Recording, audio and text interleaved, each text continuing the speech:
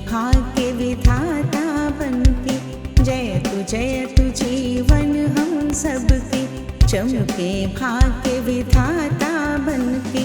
Digital खटक पकड़ करके हम आगे बढ़ते जाएं, चटपट उन्नति के पथ हमें बुलाते आए।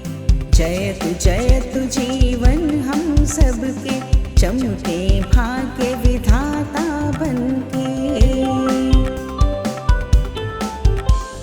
हो बैंकिंग व्यापार जगत का या फिर सेना पाए, हो बैंकिंग व्यापार जगत का या फिर सेना पाए। ये लिटरेसी कदम कदम पर अपना साथ निभाए, ये लिटरेसी कदम कदम पर अपना साथ निभाए। जग को भर देंगे प्रकाश से, सबका साथ निभाएंगे। यही कर्म है, यही धर्म है, यही मर्म है जीवन का। Digital literacy, digital literacy, digital literacy. IP foundation से आए डिजिटल लिटरेसी, पूरी भारत भूमि चमकती नभ के तारे आए। पूरा जोर लगा कर गाए digital literacy, digital literacy, digital literacy, digital literacy. नमस्कार। आईपी फाउंडेशन की डिजिटल लिटरेसी क्लास में आपका स्वागत है। अगर आप कंप्यूटर के बारे में कुछ भी नहीं जानते हैं या अपनी जानकारी को और भी पुख्ता करना चाहते हैं तो बने रहिए हमारे साथ वीडियो के अंत तक। हम आपको बताएंगे उन तमाम ज़रूरी बातों के बारे में जिसे जानकर आपकी डिजिटल लाइफ हो जाएगी और भी आसान। आप हासिल कर लेंगे बढ़िया सी नौकरी या फिर ऑनलाइन व्यापार से कमाएंगे ढेर सारा पैसा। पिछले वीडियो में हमने आपको बताया था कंप्यूटर हार्डवेयर के बारे में। आप सबको याद होगा कि हमने बात की थी कंप्यूटर हार्डवेयर के बारे में। जिन लोगों ने वो वीडियो नहीं देखा है उनके लिए हम इस वीडियो के डिस्क्रिप्शन बॉक्स में लिंक पोस्ट कर देंगे। और आज हम पढ़ाएंगे कंप्यूटर क्या है और यह कैसे काम करता है। सबसे पहली बात, कंप्यूटर क्या है? सीधे शब्दों में कहें तो कंप्यूटर एक इलेक्ट्रॉनिक यंत्र है जो डेटा को प्रसंस्करण और स्टोर करता है। यह विभिन्न आकार और आकृतियों में होता है। बड़े डेस्कटॉप कंप्यूटर से लेकर स्मार्टफोन की तरह काम करता है। कंप्यूटर में एक महत्वपूर्ण डिवाइस होता है जिसे मदरबोर्ड कहा जाता है। यहाँ कंप्यूटर के सभी पार्ट्स कनेक्ट होते हैं, जहाँ सभी पार्ट्स एक साथ मिलकर हमारे दिए गए निर्देशों पर काम करते हैं। उम्मीद है आप सभी को समझ आ गया होगा कि मदरबोर्ड क्या करता है और इसका क्या काम है। तो फटाफट कमेंट में बताइए मदरबोर्ड हमारे निर्देशों पर डैश डैश डैश करता है।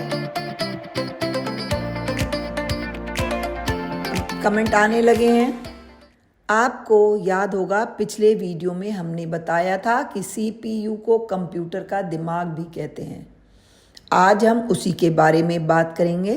कंप्यूटर के अन्य आवश्यक उपकरणों में सेंट्रल प्रोसेसिंग यूनिट यानी CPU जो कंप्यूटर के ब्रेन के रूप में कार्य करता है, रैंडम एक्सेस मेमोरी यानी रैम जो कंप्यूटर चल रहा है तब तक डेटा को अस्थायी रूप से स्टोर करती है, यानी जब हम कंप्यूटर पर कोई काम करते हैं वो रैम पर सिर्फ तब तक स्टोर रहता है जब तक कंप्यूटर चालू रहता है। यदि किसी कारणवश कंप्यूटर बंद हो जाता है तो सारा डेटा चला जाता है। इसलिए हमें थोड़ी थोड़ी देर के बाद अपने डाटा को सेव करते रहना चाहिए, क्योंकि हमने आपको बताया है कि यहाँ पर डाटा अस्थायी रूप से ही स्टोर होता है। तो डाटा को स्थायी रूप से स्टोर करने के लिए हमें इस डाटा को सेव करना होता है, तब यह सारा डाटा हार्ड ड्राइव में स्थायी रूप से सेव हो जाता है। क्योंकि पहले भी हम आपको बता चुके हैं कि हार्ड ड्राइव डेटा को स्थायी रूप से स्टोर करती है। तो कमेंट करके बताइए कि रैम डाटा को डैश डैश डैश किस रूप में सुरक्षित करता है। हार्ड ड्राइव डाटा को यहाँ पे भरिए, किस रूप में सुरक्षित करता है आपको बताना है, स्थायी रूप में या अस्थायी रूप में। कमेंट बॉक्स में फटाफट लिखिए और हमें जवाब दीजिए, जिससे हमें समझ में आएगा कि आपको हमारी बात समझ में आ रही है।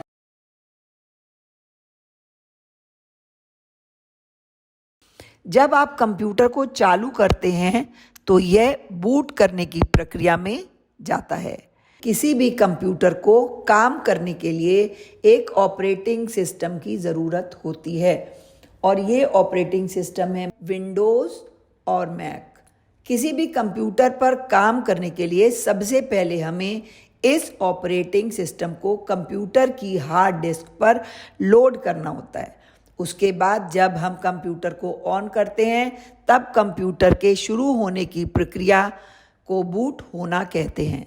एक बार कंप्यूटर के बूट होने के बाद हम इन ऑपरेटिंग सिस्टम के माध्यम से कंप्यूटर पर कोई भी काम आसानी से कर सकते हैं, जैसे कि वेब ब्राउज करना, ईमेल भेजना, दस्तावेज बनाना या गेम खेलना। कोई भी काम हो सकता है। इन सब कामों को हम बहुत आसानी से कर सकते हैं। कंप्यूटर से इंटरैक्ट करने के लिए आप इनपुट डिवाइसेस का उपयोग करेंगे, जैसे कीबोर्ड और माउस। उम्मीद है आप समझ गए होंगे कि कंप्यूटर में कोई भी डाटा जब हमें इनपुट करना होता है तो आपको कीबोर्ड और माउस का प्रयोग करना होता है। अंत में आपको एक बहुत ज़रूरी बात ध्यान रखनी है कि कंप्यूटर को बंद करने से पहले आप अपने काम को हार्ड ड्राइव पर सुरक्षित कर लें, यानी मैटर को सेव करना ना भूलें, क्योंकि हमने आपको बताया है कि जब तक मैटर को आप सेव नहीं करते तब तक सारा मैटर रैम पर सेव रहता है और यहाँ पर मैटर अस्थायी रूप से सेव रहता है। किसी भी डाटा को स्थायी रूप से सुरक्षित करने के लिए हमें इसे हार्ड ड्राइव में सेव करना होगा। और अब बढ़ते हैं कंप्यूटर के एक और महत्वपूर्ण पार्ट यूपीएस के बारे में। यूपीएस का पूरा नाम अनइंटरप्टेबल पावर सप्लाई होता है। यह एक विद्युत उपकरण होता है जो कंप्यूटर को विद्युत आपूर्ति में आने वाली रुकावटों से सुरक्षित रखने का काम करता है। यानी जब बिजली चली जाती है तब भी ये कंप्यूटर को सुरक्षित रखता है और पावर सप्लाई कुछ मिनट के लिए देता है, जैसी पावर का यूपीएस होता है। यूपीएस का मुख्य उद्देश्य है कंप्यूटर और अन्य इलेक्ट्रॉनिक उपकरणों को अप्रत्याशित बिजली कटौती यानी अचानक बिजली का चले जाना के बावजूद सुरक्षित रखना। और अब जानते हैं यूपीएस कैसे काम करता है। सबसे पहले main power supply AC light को यूपीएस में इनपुट कराया जाता है। यहाँ से एक लाइन यूपीएस के रेक्टिफायर तक जाती है। जब एसी लाइट रेक्टिफायर तक पहुँचती है तब रेक्टिफायर एसी को डीसी में बदल देता है और उसे बैटरी में स्टोर कर लेती है। वहीं दूसरी लाइन यूपीएस के स्विच तक जाती है और स्विच से कंप्यूटर या अन्य डिवाइस को सेंड कर दिया जाता है।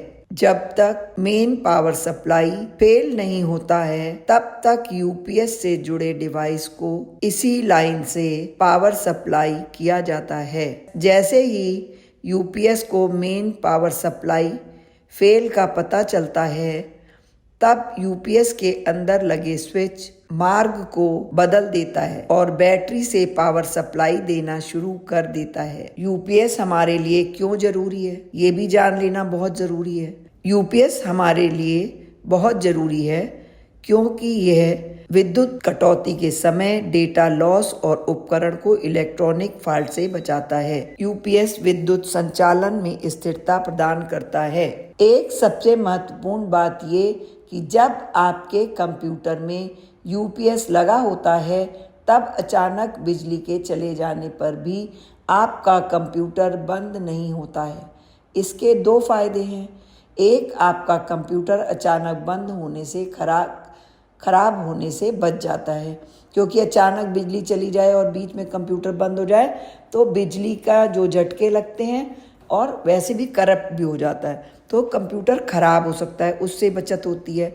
दूसरा, आप जो काम कर रहे हैं उस डाटा को सुरक्षित करने का आपको मौका मिल जाता है। तो इसलिए यूपीएस जो है वो कंप्यूटर में ज़रूर लगाना चाहिए और ये एक महत्वपूर्ण कंपोनेंट है। इन कारणों से यूपीएस विभिन्न उपयोगकर्ताओं क्षेत्रों में विद्युत सुरक्षा और संरक्षण के लिए महत्वपूर्ण होता है। उम्मीद है आप लोग इस बात को अच्छी तरह समझ गए होंगे कि यूपीएस कंप्यूटर में लगाना क्यों ज़रूरी है। क्योंकि अगर हम यूपीएस कंप्यूटर में नहीं लगाएंगे तो एक तो हमारा कंप्यूटर ख़राब हो सकता है बार बार बिजली के आने जाने से, और दूसरी चीज़ ये है कि हम कोई काम कर रहे हैं और हमने बहुत ढेर सारा काम कर लिया है, अचानक बिजली चली गई तो कंप्यूटर बंद हो जाएगा और आपको हम पहले बता चुके हैं कि जो हम पहले जब तक सेव नहीं करते वो डाटा रैम पर रहता है और उस पर अस्थायी रूप से रहता है। तो डाटा को सेव करके हार्ड डिस्क भी नहीं डाला होता है तो वो सारा डाटा हमारा उड़ जाता है। तो अगर हम यूपीएस लगा लेते हैं तो हमें बिजली चली भी जाती है तो हमें वो समय मिल जाता है कि हम अपने डाटा को सुरक्षित कर सकें, सेव कर सकें। तो हम लोगों को इसलिए कंप्यूटर में हम सभी को यूपीएस ज़रूर लगाना चाहिए। कंप्यूटर के दूसरे पार्ट्स की तरह यूपीएस भी एक महत्वपूर्ण पार्ट है जिसकी जानकारी हमें होनी चाहिए और उसे हमें इस्तेमाल करना चाहिए।